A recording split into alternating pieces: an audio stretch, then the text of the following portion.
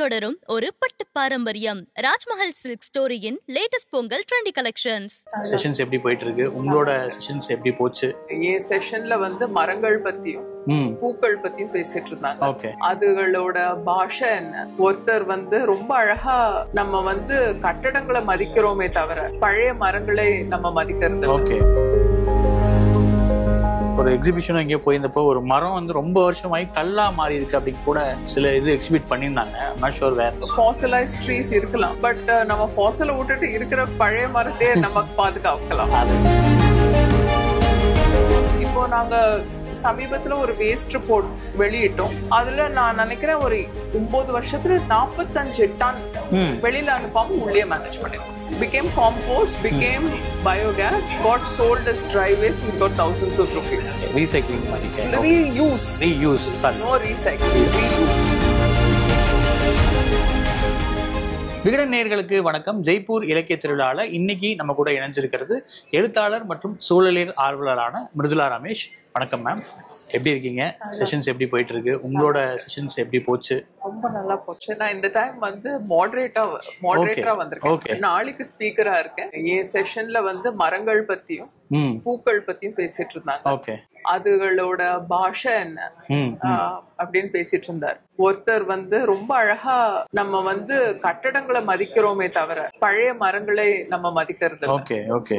ஒரு 2 மாசத்துக்கு முன்னாடி ராஜபாளையம் பக்கத்துல ஒரு ரொம்ப சிறந்த மரம், அது 500 வருஷங்கள் சொல்றாங்க. பட் அந்த மரத்தை நம்ம எத்தனை பேர் போய் சந்திச்சிருக்கோம், அது என்னெல்லாம் பார்த்திருக்கோம்.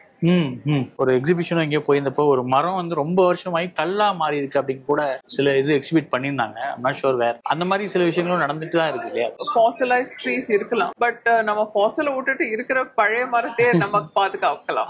அதுதான் மேம். பொதுவா இப்போ சூழலியல் ஆர்வலர்கள் இல்ல வந்து என்விரான்மெண்ட் ரிலேட்டடா அட்வொகேட் பண்றவங்க அப்படிங்கும் போது அவங்க வந்து ஒரு அர்பனைசேஷனுக்கு எதிரானவங்க இல்ல ஒரு நகரமயமாக்கலுக்கு எதிராக பேசுறாங்க அப்படிங்கிற மாதிரி ஒரு விமர்சனம் பொதுவா வைக்கப்படுது. பட் என்விரான்மெண்ட்டை ப்ரிசர்வ் பண்ணணும், அட் த சேம் டைம் நம்ம முன்னேற்றத்தையும் பார்க்கணுங்கிறதா ஒரு பேலன்ஸ்டு பெர்ஸ்பெக்டிவா இருக்கும் இல்லையா? ஸோ உங்களோட பாயிண்ட் ஆஃப் வியூ என்ன அந்த மாதிரியான? நான் இப்போ என்வாயர்மெண்ட்னு வந்த வகை பார்த்தா நான் வந்து ட்ரெடிஷனல் என்வாயர்மெண்டா வரல, ஸ்கூல்ல இருந்து வரல, கார்பரேட் சைட்ல இருந்து தான் வரேன். சோ எனக்கு ஒரு மார்க்கெட் அப்படின்ற மார்க்கெட் ஃபோர்ஸஸ் அப்படின்னு சொல்றாங்க இல்லையா, அந்த இதுல ஒரு பிலீஃப் இருக்கு. யாரா இருந்தாலும் தன் நலத்தை தான் முதல்ல சிந்திப்பார்கள். சோ இப்போ வந்து ஏன் நம்ம என்வாயர்மெண்ட்டை அவ்வளவு மதிக்க முடியல, ஆட்டோமேட்டிக்கா பண்ணணும்னா என்ன பண்ணணும் அப்படின்னு நினைச்சு பார்த்தோம்னா நம்ம ஹிஸ்டரிக்கே போய் பார்க்கலாமே. நம்ம இண்டஸ் வேலி எடுத்தாலும் இப்போ வந்து நம்ம இண்டஸ் வேலி லிங்க் தமிழ்நாட்டுல வந்திருக்குன்னு சொல்றாங்க.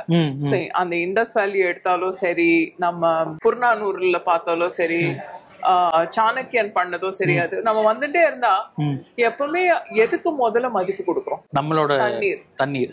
ஓகே, தண்ணீருக்கு ஒரு மதிப்பு கொடுக்கறோம், அதுக்கு ஒரு விலையும் கொடுக்கறோம். சோ ஒரு விலை இருந்ததுன்னா அதை மனசுல வச்சுட்டு தான் நம்ம கட்ட போறோம், என்ன பண்றோமோ பண்ண போறோம். பட் இன்னைக்கு என்ன ஆகுது, தண்ணீருக்கு நீங்க போர்வெல்ல இருந்து எடுத்தீங்கன்னா எதான காசு கொடுக்குறீங்களா? ஓகே, நம்ம முக்காசு பேர் கொடுக்கறது இல்ல. எங்க சுந்தரம் கிளைமேட் இன்ஸ்டிடியூட்லயே போய் கேட்கும் போது எத்தனை பேர் தண்ணிக்கு பணம் கொடுக்குறாங்களோ யாருமே கொடுக்கறது இல்ல. அது ப்ராப்பர்ட்டி டாக்ஸ்ல ரோல் ஆகி வர்றது. சோ அது தெரியாம இருக்கு, அது எவ்வளவு கூட தெரியாம இருக்கும் எவ்வளவு. ஆனா யாரு பணம் கொடுக்குறாங்க? ஏழை மக்கள். நல்ல ஒரு வாட்டர் கிரைசிஸ் இருக்கும் போது, நீங்க சென்னையில இருக்கீங்க, உங்களுக்கு சென்னை வாட்டர் கிரைசிஸ் இருக்கும், நான் மதுரையில இருக்கேன், நானும் அவ்வளோ பணம் கொடுக்குறாங்க. அந்த வாட்டர் கிரைசிஸ் சென்னை 2019ல இருந்தது. அப்போ ஒரு சிறந்த வெளிநாட்டு விளம்பரம் வந்து சென்னை தண்ணி இல்லாம போறது அப்படின்னு போட்டிருந்தா அன்னைக்குதான் நான் சென்னையில வந்து இறங்கினேன். சோ அப்போ ஏழைகள், அதாவது ரொம்ப ஏழையா இருக்கிற மக்களே சிங்கப்பூர் ஹவுஸ் ஹோல்ட்ஸுக்குன்னு தண்ணி கொடுத்துட்டு இருந்தாங்க. ஆனா யார் பொழைச்சாங்க? அந்த கிரைசிஸ்ல யாரு தண்ணி வாங்காம இருந்தாங்க? யாரு வந்து லேக் பக்கத்துல இருந்தாங்க அவங்க தண்ணி வாங்காம இருந்தாங்க. ஏன் வாங்காம இருந்தாங்க? ஏன்னா அவங்களோட போர்வெல் வேலை செஞ்சுட்டு இருந்தது. ஓகே, சோ அவங்க லேக்ஸ் இருந்த போது எங்க ஆராய்ச்சி, நாங்க ஆயிரக்கணக்கான மக்களோட பேசி அவங்களோட போர்வெல் எத்தனை அடியில தண்ணி வருதுன்னு பார்த்து, அவங்க எந்த ஏரி எந்த குளம் பக்கத்துல இருக்காங்கன்னு பார்த்து, அந்த ஆராய்ச்சியில நாங்க என்ன கண்டுபிடிச்சிருக்கோம்னா ஒரு லேக் இல்லைன்னா ஏரி பக்கத்துல இருந்தவங்களுக்கு 200 அடி கிரவுண்ட் வாட்டர் கூட இருக்கும். Okay okay. இன்னொன்னு என்ன கேட்டோம்னா, ஒரு ஏரி பக்கத்துல இருக்கிற ஒரு குடும்பம் மாசத்துக்கு 100 ரூபாய் சேமிக்கிறது. ஓகே. தண்ணி செலவுல. ஆமா, ஏன்னா அவங்களுக்கு பக்கத்துல இருக்கிறதுனால. ஏன்னா அவங்க வந்து டேங்கர் கிட்ட தண்ணி வாங்க வேண்டாம். சோ நம்ம when we think of city design, can say okay, I won't think of environmental causes, I build what I want. ஆனா என்ன ஆறுது, உங்களுக்கு நான் வேற யாருக்கிட்டையும் பேச சென்னை இருக்கு வந்து உங்களுக்கு கரெக்ட்டா டிசம்பர் நவம்பர்ல ஆகும்போது என்ன ஆறுது. ஆமா, நிறைய லேக் வியூ அபார்ட்மெண்ட்ஸ் லேக்காவே மாறிடுது. T Nagar used to be a giant lake. Okay. 2 mile by 3 mile இருந்த பெரிய லேக். அந்த சென்னை போட் கிளப் வந்து அவங்க வின்டர் போட் ரேஸ் இருக்குல்ல, அத அங்க வச்சிட்டு இருந்தாங்க. அது வந்து இப்போ நெய்பர்ஹுட்டா மாறி இருக்குன்னா ரொம்ப தான் செய்யணும். சோ நம்ம என்ன நினைக்கிறோம்னா, அத கண்காண வேண்டாம், ஒண்ணும் பண்ண வேண்டாம். பட் இது கிளைமேட் இப்படி மாறும்போது, உஷ்ணம் கூட கூட அந்த மாதிரி நினைக்கிறது உங்களுக்கு. இப்போ நான் ஒண்ணு சொல்றேனே, உங்களுக்கு அடிபட்டிருக்கு, அப்போ நீங்க வந்து ஒரு சண்டைக்கு போறீங்க, அந்த அடிப்பட்ட இடம் உங்களுக்கு எப்பவே வலிக்கும் இல்லையா? அதே மாதிரிதான் நம்மளோட லேக் மேலயோ ஏரி மேலயோ நம்ம கட்டணம்னா மழை பெய்யும் போது அந்த அடி வலிக்கும் மாதிரி அந்த இடம் தான் முதல்ல போய் அதுதான் used to it. It's in my book. I'm very sorry to your viewers that I'm using English, but no problem. It's like a fault line, right? So the fact that we are urban design does not account for the water patterns is a fault line, not in Madras alone. Madrasla mattum illa, Madurai, Madrasla, Coimbatore, Bangalore, Delhi, Bombay, எல்லா ஊர்லயும் இது படுது. அது எதனால நம்ம வந்து தண்ணிக்கு அந்த மதிப்பு கொடுக்காத நம்மளோட அலட்சியம்.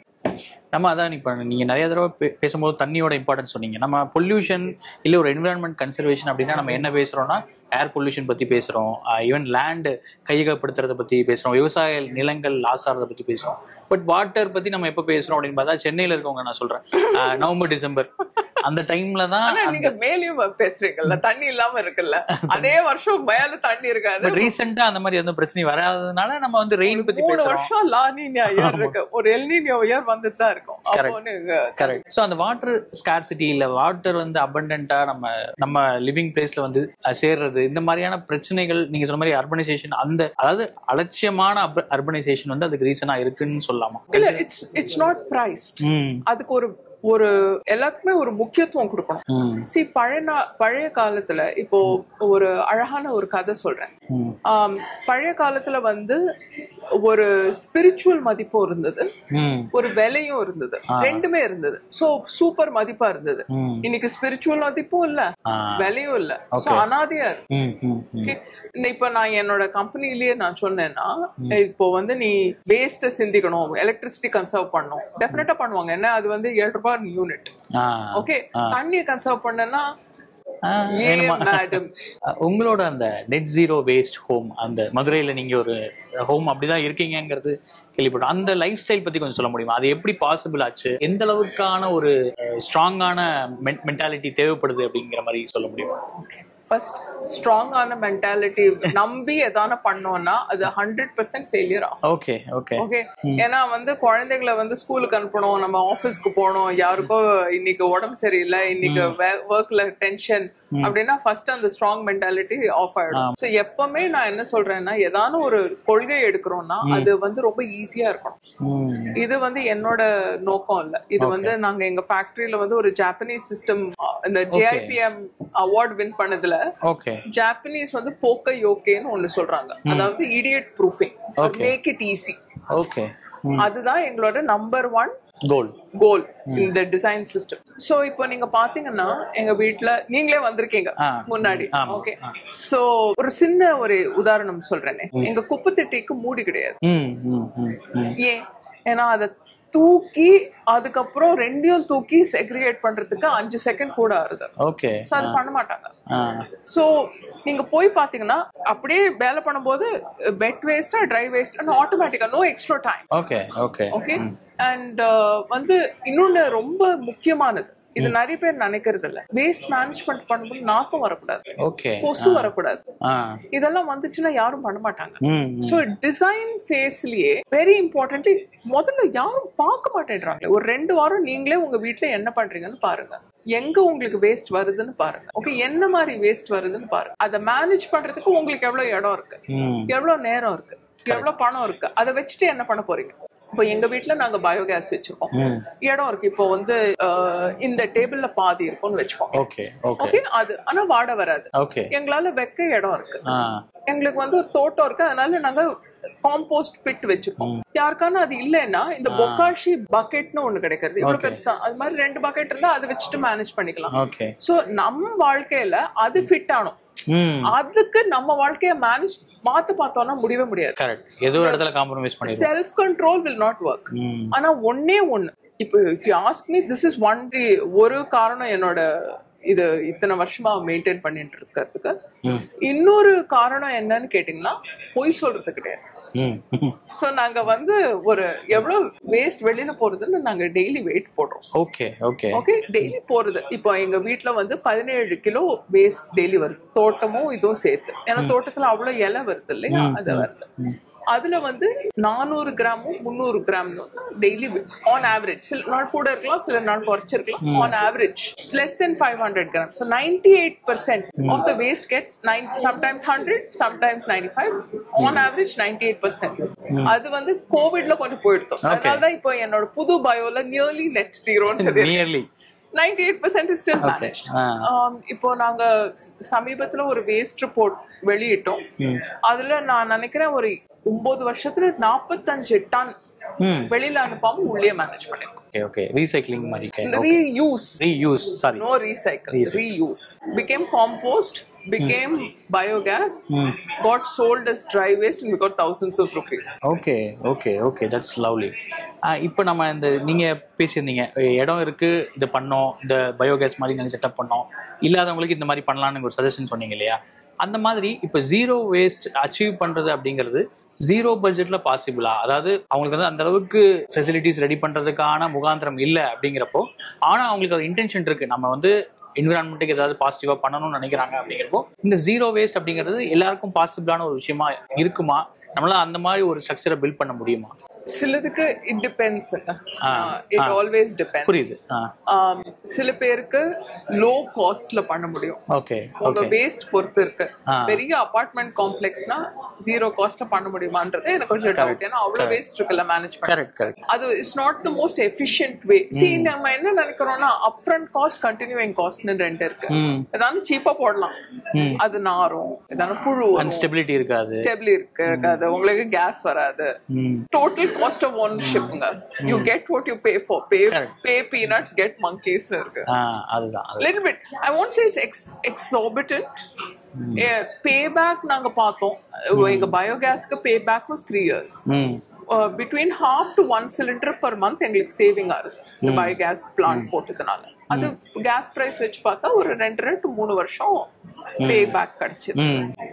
உங்களுக்கு காம்போஸ்ட்லாம் காஸ்டே இல்லைங்க. ஒரு கார்பெண்டரை வச்சு ஒரு குழி மாதிரி போடணும். அது ஒண்ணு. பொக்காஷி வந்து I think it's less than 300-400 rupees. not going to break your bank. புரியுது. சோ இப்போ நீங்க 2 books எழுதிருக்கீங்கன்னு நினைக்கிறேன். சோ அதை தாண்டி இப்போ கரண்ட்ல என்ன ஒர்க்ஸ் போயிட்டு இருக்கு? இப்போ எதை பத்தி பேசணுங்கிற இன்ட்ரெஸ்ட் உங்களுக்கு? முதல்ல ஆஃபர் கொடுக்கட்டும், அதை பத்தி பேசுறேன். பட் இப்போ சமீபத்துல நான் ஒரு காலம் ஹிந்துஸ்தான் டைம்ஸ்ல எழுதிருக்கேன். அது வந்து நிறைய சாப்பாடு பத்தி எழுதுறேன். So my last 2 piece was on alcohol. நம்ம ட்ரெடிஷனல் ஆல்கோஹால்ஸ், நம்ம புறநானூறுல என்ன அவ்வையாரே சொன்னார். அந்த ஆர்டிகல் பார்த்தேன் நினைக்கிறேன். அது பத்தி எழுதுனேன். அதுக்கு முன்னாடி சக்கரை பத்தி எழுதுனேன். So I just tried population பத்தி நிறைய படிச்சிருக்கேன். சோ பாப்புலேஷன் பத்தி எழுதுனேன். So I'm writing on that. Let's see, God willing, கடவுள் அனுகிரகத்துல புக் எழுதுனா ரொம்ப சந்தோஷப்படுவேன். How many people are too many னு ஒரு டாபிக் எழுதிங்க. ஓகே. ஸோ அந்த மாதிரியான டாபிக்ஸ் எடுக்கிறப்போ இப்போ டெல்லியில வந்து நம்ம பொல்யூஷன் அப்படிங்கிறது ஏகப்பட்டது இருக்கு இல்லையா? ஸோ அதுக்கு வந்து பாப்புலேஷன் மட்டுமே ஒரு ரீசனா சொல்லிருக்கோம். Not at all. அதான் ஒரு நோக்கமா இருந்தது. டெல்லியில பொல்யூஷன் வந்து நம்ம சவுத் இந்தியால இருந்து அங்க போனோம்னா நல்லா ஒரு 2 daysல காஃப் பண்ண ஆரம்பிச்சோம். ஆமா ஆமா. ஓகே. ஆனா எலெக்ஷன்ஸ்ல யாரும் அதை பத்தி பேசவே இல்லை.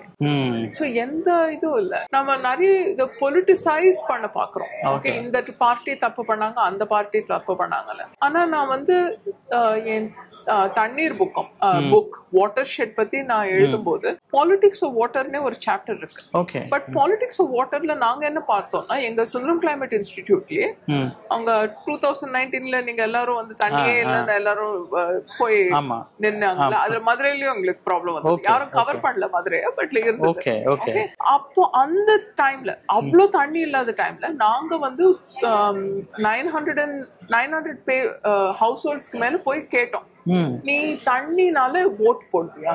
முக்கால்வாசி பேர் நோ அப்படின்னா. அந்த சூழ்நிலையில அவ்வளவு தண்ணி கஷ்டம் இருந்த காலத்துல நாங்க தண்ணி இல்லைன்னா வேஸ்ட் காக நீ ஓட் போடுவியா அப்படின்னு கேட்டபோது முக்கால்வாசி பேர் முடியாதுன்னு. நிறைய பேர் நான் சொல்ல முடியாதுன்னாங்க. ஒரு 300 பேர் சொல்ல முடியாதுன்னு சொன்னாங்க. 600 பேர் சொன்னதுல முக்கால்வாசி பேர் முக்கால்வாசியா 90% மேல நோ அப்படின்னாங்க. எப்படியும் காசு கொடுத்து வாங்கிடலாங்கிற என்னன்னு தெரியல. லைக் நிறைய காரணங்கள் இருக்கு அது எதனாலன்னு. ஓகே, இப்படின்னு சொல்ல முடியாது. பட் அந்த சூழ்நிலை இருக்கும்போது தண்ணி இல்லைன்னா என்வாயர்மெண்ட் சூழ்நிலை அந்த சம்பந்தத்துக்கு ஓட் போடலன்னா ஏன் நம்ம பொலிட்டிக்கல் லீடர்ஸ் அதை பத்தி கேர் பண்ணணும்? அவங்களுக்கும் இது பெரிய விஷயமா இருக்கு. டிவி நியூஸ் சேனல் நிறைய கவர் பண்ணிட்டு இருக்கலாம். அவங்க ஓட் போடாத சமயத்துல எப்படி இன்ட்ரெஸ்ட் எடுப்பாங்க? புரியுது. அப்ப அது ஒரு பெரிய பிரச்சனை இல்ல போலன்னு கடந்து போயிருவாங்க. இல்ல வேற ஏதாவது பண்ணலாம்ல. எவ்வளோ இது இருக்கு. there are resonant political topics. Correct. உங்களோட சுந்தரம் கிளைமேட் இன்ஸ்டிடியூட்ல இல்ல நீங்க தனிப்பட்ட முறையில் அடுத்த பண்ண இருக்கிற ஏதாவது முன்னெடுப்புகள் பத்தி ஏதாவது? சோ இப்போ நாங்க 2 ரிப்போர்ட் போட்டிருக்கோம். ஒன்னு தண்ணீர், இன்னொன்னு வேஸ்ட். ஓகே. அது ரெண்டும் போயிட்டு இருக்கு. நல்ல ஃபீட்பேக் கிடைச்சிருக்கு. அதனால கொஞ்சம் சேஞ்ச் வரும்னு நாங்க பாசிட்டிவ் இம்பாக்ட் ஒரு ஹோப் பண்றோம். அடுத்து வந்து நிறைய இந்த ஸ்டார்ட் அப் இன்வெஸ்ட்மெண்ட்ஸ்ல நாங்க ஃபோக்கஸ் பண்ணலாம். இப்போ நிறைய சிறுவர்கள் மட்டும் இல்ல, எல்லா வயசுல அவங்க ஆரம்பிக்கிறாங்க. அது எப்படி ஹெல்ப் பண்ண முடியும்னு பார்த்தேன். ஓகே. இப்போ சமீபமா உலக அளவுல இரும்பு ஃபர்ஸ்ட் பயன்படுத்தினது தமிழ்நாடு அப்படின்னு சொல்லி ஒரு பெரிய ஒரு டிஸ்கவரி கிடைச்சிருந்துச்சு. ஒரு என்விரான்மெண்ட் பெர்ஸ்பெக்டிவ்ல இது எவ்வளவு ஒரு முக்கியமான அச்சீவ்மெண்ட் நீங்க நினைக்கிறீங்க? அந்த மாதிரியான ஒரு இதுல it's critical. No like see எனக்கு என்ன வருத்தமா இருக்குன்னா, நம்ம பாஸ்ட் பத்தி நம்மளுக்கே அவ்வளவு தெரியாம இருக்கு. யாரும் நம்ம ஆராய்ச்சி பண்ண மாட்டேன்றோம். ஆராய்ச்சி பண்ணணும்னா ஃபண்டிங் வேண்டியிருக்கு. ஃபண்டிங்கும் வேணும், ஸ்கில்லும் வேணும். சோ இது ஒரு ரொம்ப சிறப்பான ஒரு செய்தி. இது வந்து இங்க இந்த நம்ம பாஸ்ட் பத்தி அதுக்கு ஃபண்டிங் கொடுத்து ஒரு முக்கியத்துவம் கொடுத்து அது படிக்கிறது ரொம்ப முக்கியமான செய்தி. ஏன்னா ஒன்னே ஒண்ணு நினைக்கிறோம், இப்பதான் கிளைமேட் மாறி இருக்கு. அது மாதிரி ஒரு பெரிய போய் உலகத்துல கிடையாது. பல முறைகள் நம்ம பாஸ்ட்ல கிளைமேட் மாறி இருக்கு. அந்த கிளைமேட் மாறும்போது டைனஸ்டி, சிவிலைசேஷன்ஸ், கிங்டம்ஸ் அப்படியே அழிஞ்சு போயிருக்கு. இப்போ நீங்க இண்டஸ் வேலி சிவிலைசேஷனே பாத்தீங்கன்னா உலகத்திலே ரொம்ப சிறந்த சிவிலைசேஷன்.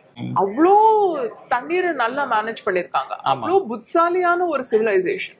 அவங்க மறைந்த காரணம் பல காரணங்கள் இருக்கலாம். ஆனா அதுல ஒரு காரணம் என்ன சொல்றாங்கன்னா, 200 வருஷத்துக்கு நம்ம மான்சூன் ஃபெயில் ஆயிடுது. ஓகே, நம்ம ஒரு வருஷம் தண்ணி இல்லைன்னா எல்லாரும் உட்காந்துட்டு ஊர்ல கத்தின்னு உட்காந்துட்டு இருக்கோம். 200 வருஷம் மான்சூன் ஃபெயில் ஆச்சு. ஓகே, அது பார்த்தோம்னா climate has changed in the past. So அது நம்மளுக்கு தெரிஞ்சா, நல்லா தெரிஞ்சா நம்ம வேற மாதிரி இன்னைக்கு நடந்திருக்கலாம் இல்லையா? இப்ப நம்ம தமிழ்நாட்டிலேயே நான் மதுரை, நீ எங்க இருந்து வர? சென்னை. ஓகே, in India இது conservative estimate between 1877 and 1910 18 to 27 million people died in famines. Okay, it's not in our school. You may not have heard of it. நீங்க கேட்டிருக்க மாட்டீங்க, நம்ம ஸ்கூல்ல நிறைய பேர் கத்துக்கிறது இல்ல. பட் இது ஆனதே நம்ம ரெயின்ஸ் ஃபெயில் ஆனதுனால and stupid policies by the British. ரெண்டும் ஒரு காம்பினேஷன் தான் இருக்கு. பட் இந்த மாதிரி ரெயின்ஸ் ஃபெயில் ஆயிருக்கு, இத்தனை பேர் செத்து போயிருக்காங்கன்னு தெரிஞ்சா நம்மளுக்கு ஹோலோகாஸ்ட் பத்தி தெரியறது.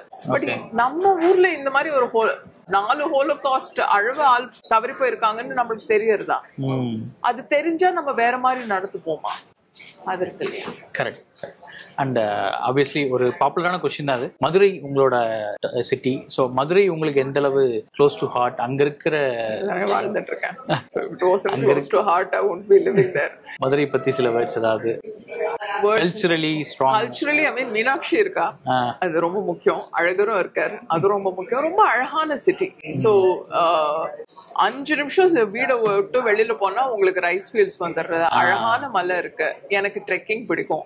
நிறைய ட்ரெக்ஸ் இருக்கு. இப்போ சமீபத்துல நான் ஒரு ட்ரெக் பார்த்ததுல இந்த ராக் ஆர்ட்னு சொல்லுவாங்கல்ல, அத்தனை இருக்கு. 1-2 இந்த சிவாஜி சொன்ன மாதிரி 1000 பொற்காசுகள் மாதிரி அவ்வளோ இருக்கு. சோ அது ரொம்ப முக்கியம். நம்ம மக்கள் நம்ம சுத்தி இருக்கிறதே பாத்துக்கலாம் இல்லையா? இவர் எங்க செஷன்ல ஐகானிக் ட்ரீஸ்னு சொன்னாரு. அப்போ நம்ம ஊர்ல என்ன மரம் இருக்குன்னு பாத்துக்கணும் இல்லையா? என்ன ரொம்ப அழகான ஒரு ஆலமரம், ரொம்ப அழகான ஒரு இந்த பௌபாப் ட்ரீ இருக்கு, அது போய் பாத்துக்கலாம். அது மதுரையில ஒரு பெரிய அட்வான்டேஜ். சுத்தி அவ்வளோ ட்ரெக்ஸ், அவ்வளோ கல்ச்சர் இருக்கு. தேங்க்யூ மேம் இத்தனை நேரம் எங்களோட பேசினதுக்கு.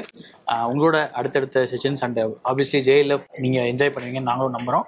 உங்களோட அடுத்தடுத்த முன்னெடுப்புகளுக்கும் சூழலில் சார்ந்த பாசிட்டிவான விஷயங்களுக்கும் எங்களுடைய வாழ்த்துக்கள், எங்களுடைய வாசகர்களோட வாழ்த்துக்கள். ரொம்ப நன்றி. Thank you very much. தொட்டு தொடரும் ஒரு பட்டு பாரம்பரியம். ராஜ்மஹல் சில்க் ஸ்டோரியின் லேட்டஸ்ட் பொங்கல் ட்ரெண்டி கலெக்ஷன்ஸ்.